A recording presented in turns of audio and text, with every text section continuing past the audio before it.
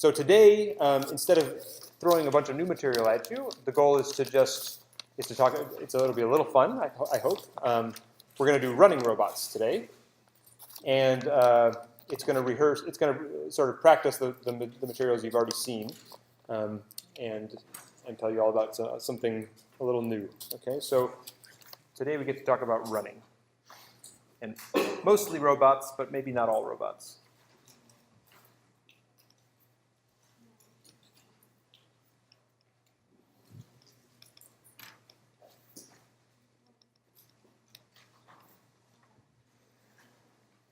Okay, so most people would think that running would be much harder for a robot than walking. It's kind of interesting that historically the running robots worked well before the walking robots did, right? So it's not to say that running is easier, but somehow experimentally it was easier to demonstrate. So the hopping robots I showed you on day one, which we'll talk a bit about the control behind those hopping robots in the lecture today, happened in the early 80s and were extremely dynamic at a time where the walking robots were still shockingly slow and the like. And there might be a couple reasons for that. I mean, I think one of the reasons is that running is really somehow fundamentally about your center of mass dynamics, and all of the details of sort of your leg kinematics and the way your foot interacts with the ground and everything are somehow minimized, I think, when you're just trying to move quickly through the world. Sometimes moving fast is easier than moving slow. It's easier to stabilize a fast motion in cases.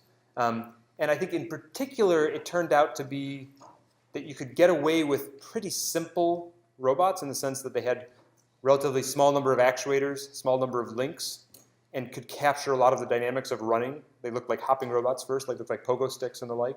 Whereas with walking, you sort of couldn't get around having an articulated leg, which meant waiting for motors that you could package like this and batteries that you could carry. It just somehow turned out to be experimentally harder to realize walking robots. Okay, but there's some beautiful work in running, and there continues to be beautiful work in running. And one of the things we're just starting to see sort of in the field now is robots that are mechanically sophisticated enough to walk that are also capable of running. That's only fairly recent that that's come together. For a long time, you either had a hopping kind of robot that was relatively simple and could propel itself around, or you had a big kinematically complicated walking robot, and only in the last handful of years have you seen both. So before we really dive in, I guess I have to tell you what the definition of running is, right? So what's the definition of running? What do you think? Intermittent, yeah, sure. Intermittent contact with the ground as you move forward. Right. So at some point you're not touching the ground. The existence of an aerial phase, you're going to say the same thing, is the first and simplest definition. I don't know why my pen makes me look like a crazy today, but I'm not going to change it. Unless that becomes really distracting, I think it would take a recalibration to change that, but my writing is not quite that bad. Okay, definition one is the existence of an aerial phase.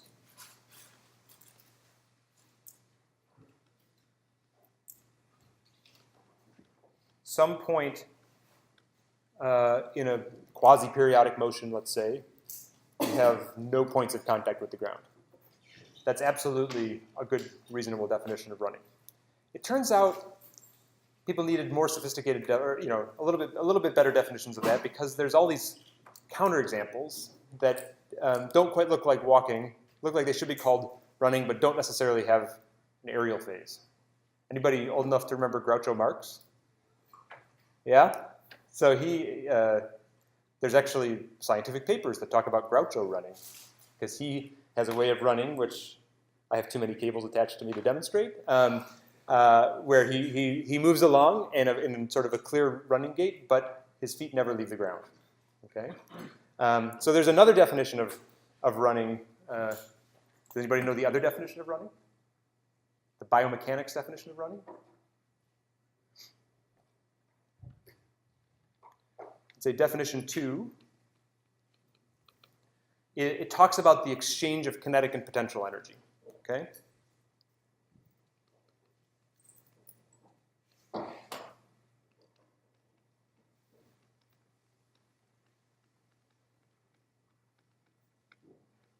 So specifically, walking, the motion, the transitions between kinetic and potential energy for walking sort of looks like vaulting. So some of the earliest models of walking really thought about your center of mass sort of vaulting over your stance leg. So your center of mass goes up and over during the stance phase, okay? So your potential energy peaks during mid-stance.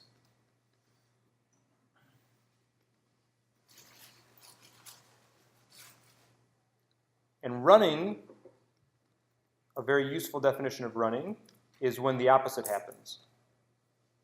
When your stance leg actually compresses during the stance phase, and you have an opposite exchange of kinetic and potential energy.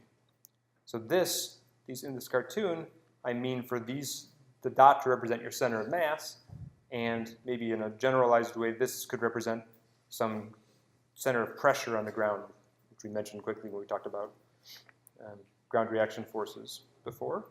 Some single point to represent the net force on the ground, okay?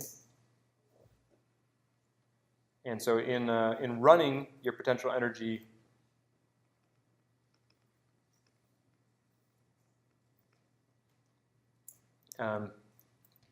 actually drops through mid-stance.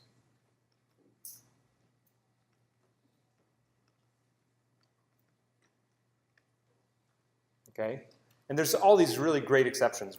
You know, Groucho Marx is one of that's sort of become famous in the biomechanics literature because someone wrote a paper calling it Groucho running, and it somehow stuck. But there's actually a lot of great examples. So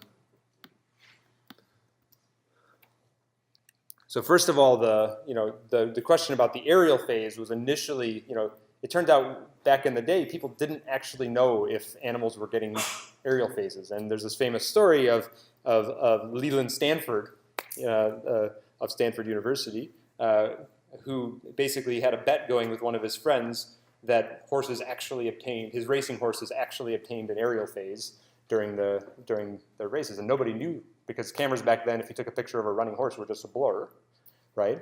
And so Edward Muybridge was a radical photographer of the time, and he was paid to basically invent a type of photography that was allowed him to take pictures like this. Basically, he invented the shutter for a camera, and was able to take some of the first pictures that definitively showed an aerial phase, even in a racehorse. Yeah, and he's actually credited with as being one of the fathers of motion photography now, right? But there's all these other quirky cases too. So that was in the late 1800s. 1878 was this first sort of famous picture. Even just about 10 years ago, people were still debating whether an elephant runs. What do you think? Do you think an elephant runs? What do you think? Yes? Yeah? Turns out the answer is pretty complicated. And the way you figure it out is you start motion capturing horses, okay? And actually the audio on these videos are hilarious. You're like, yeah, trying to egg on this horse, this elephant as he runs around. And the answer turns out to be that most elephants don't obtain an aerial phase. Every once in a while, you'll see an elephant that can actually get an aerial phase, but most of them don't. So then you have to go to definition 2 and ask, what does the center of mass look like? What does the exchange of kinetic and potential energy looks like? What do you think? Running or not running? Oh, I was going to say that I guess the exchange of the center of mass would be like, it's trying to exchange the load front and back. It looks like it's running back feet are running and the front feet are running, but in between it's kind of holding it.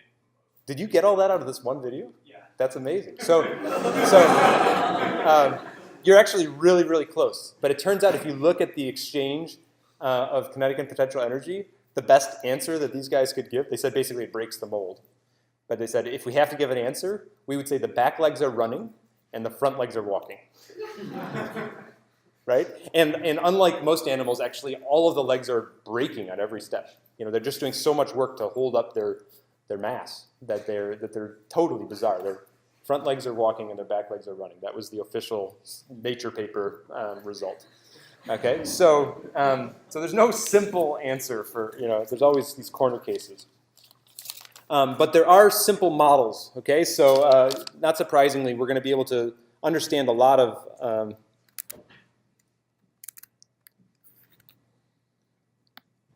things about running by looking at a few simple models. So today we're going to do simple models of running.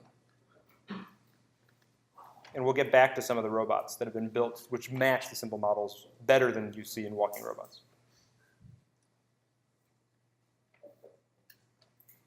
This is like the Halloween font or something. Maybe it doesn't look as bad to you up there, but in high resolution it looks ridiculous. Okay.